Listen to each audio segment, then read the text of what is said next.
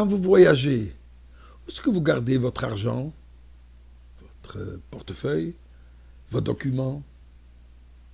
Et aussi, quelle est la meilleure manière d'investir vos fonds, votre argent? Vous allez être surpris qu'il y a 2 millénaires, la Gemara nous donne des conseils extraordinaires. Mais avant que je partage avec vous ces conseils, disons d'abord, chapitre 124 de Tehillim, le chapitre du Rabbi, disons-le ensemble, puisque ensemble est notre force. Achdut. Shir Amalas le David, Lule Adonai Shoyel Lona Yemana Yisrael. Lule Adonai Shoyel Lona Bekum Aleinu Adam Azai Chaim Belonu Becharoy Sapambon Azai Maim Shtofunu Nachlo Aval Avshenu. Azai Ovar Nafshena Maim Azidoin Baruch Adonai. Sheloi Nesanon Teref Leshenem Nafshenu Ketziponim Leltom Pach Yakshim. Pach Lishba Banacht Nanim Lotnu. Ezreinu Beshem Adonai Oise Shomayim Va'oretz. Un peu de tzedaka, mes chers amis, un billet, une pièce dans la boîte, c'est le meilleur investissement d'ailleurs. Garantir un meilleur retour. Eh bien, écoutez la Gemara, Gemara Baba Metzia, où la Gemara dit la suivante, la Mishnah nous dit la suivante. Hamafkid ma'od etzel chavero. Si quelqu'un a déposé des pièces d'argent, je suis une tierce partie, je suis une personne. Maintenant, la personne, pour qu'il la garde, une faveur, je t'en prie, moi je dois voyager, s'il te plaît, garde mon argent. Bien sûr, à cette époque, c'était tout de l'argent, il n'y avait pas des comptes en banque, etc. C'était carrément des pièces d'argent. Alors, vous avez peur que ce sera volé, il aura donné à une autre personne pour les garder pour lui. Et maintenant, cette personne, qu'est-ce qu'il a fait?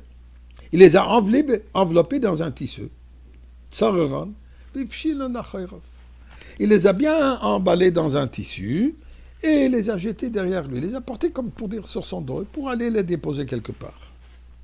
Ou la Mishnah continue, ou alors il les a confiés à son fils ou sa fille qui sont encore des mineurs, pour qu'eux ils gardent cet argent.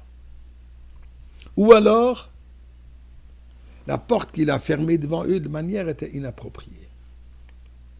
Donc, il était négligent dans sa responsabilité de protéger l'argent de son copain. Maintenant, si ça a été volé, le fait qu'il était négligent, il est responsable pour rembourser cet argent. Dit la Gemara, une question. Je peux comprendre. Bishlomo, s'il donne à ses enfants et ne ferme pas la porte comme il se doit, donc il était négligent. Mais s'il les met dans un sac, il les enveloppe bien dans un tissu, il les porte sur son dos. De quoi il est négligent? Pourquoi est-ce qu'il est responsable? Et si quelqu'un est venu par l'arrière, il lui a volé son argent? Ça n'a pas l'air d'avoir agi d'une manière irresponsable. Dit la Gemara, qu'est-ce qu'il aurait dû faire? Eh bien, dit la Gemara, le pasuk de dire un pasuk en Dvarim, il dit, et tu serreras l'argent dans ta main. Pour vraiment protéger ton argent, garde-le dans ta main, devant toi, pas en arrière. De manière que tu sais où ça se trouve, tu le sens, tu l'as chez toi. Et si tu ne l'as pas fait, tu es considéré négligent. Et pour cela, tu es responsable. Maintenant, écoutez la continuation de cette Gemara. Quels sont les meilleurs investissements? Qu'est-ce qu'une personne doit faire avec son argent pour assurer que ça ne soit pas perdu, pour assurer qu'il en bénéficie, pour assurer qu'il n'y a pas de catastrophe où il perd tout? Eh bien, écoutez ce que la Gemara nous dit.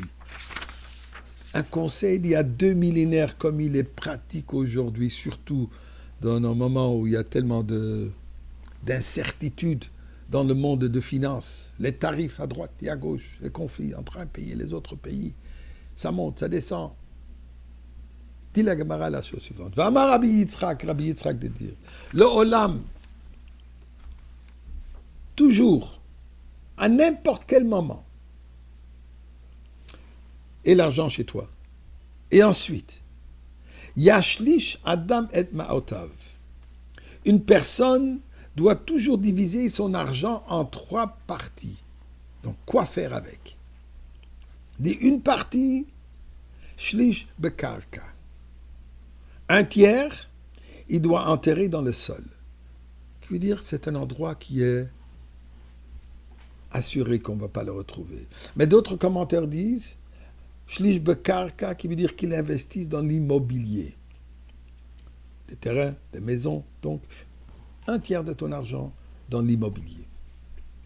Shlish, un tiers de parc matia. Investir dans les affaires. N'importe quelle affaire que tu es impliqué, mais un tiers de ton argent investi dans les affaires. Et un tiers, garde toujours en liquide. N'investis pas tout dans le même endroit. Ni tout dans l'immobilier, ni tout dans les affaires, ni tout dans le garder dans le cash, mais divise-le en 3 tiers. Comme c'est tellement pratique et tellement vrai même pour aujourd'hui. Mais Ribbon Shalom, nous prions qu'on arrive déjà au temps, il y a marqué Madanim Kafar. Il y aura de l'argent en abondance le temps de Mashiach. On n'aura pas besoin d'investir puisqu'on sera déjà dans le temps de la délivrance avec Mashiach now.